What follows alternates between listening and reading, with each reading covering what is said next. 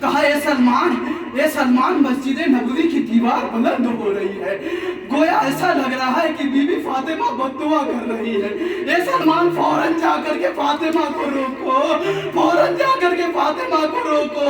Salman be be Fatima سے کہنا اے فاطمہ آپ کو علی کا حق کا واسطہ، آپ کو علی کے حق کا واسطہ، آپ کو علی کے حق کا واسطہ آپ بددعا نہ کریے گا۔ علی لعنت اللہ علی القوم الکاذبین، علی لعنت اللہ علی القوم الظالمین۔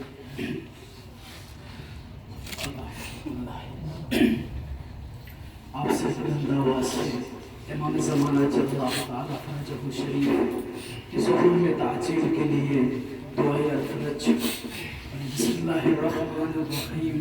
اللہم کل ولیک الحجۃ ابن الحسن صلواتک علیہ وعلی آبائہ فی هذه الساعة وفي كل ساعة وليا وحافظا وقائدا وناصرا ودليلا وعينا حتى تسكنه أرضك طوعا وتمتعه فيها طويلا برحمتك يا أرحم الراحمين۔ بارگاہ رب العزت میں وہ ہے جو اس وقت اس مجلس اعزاء میں تشریف فرما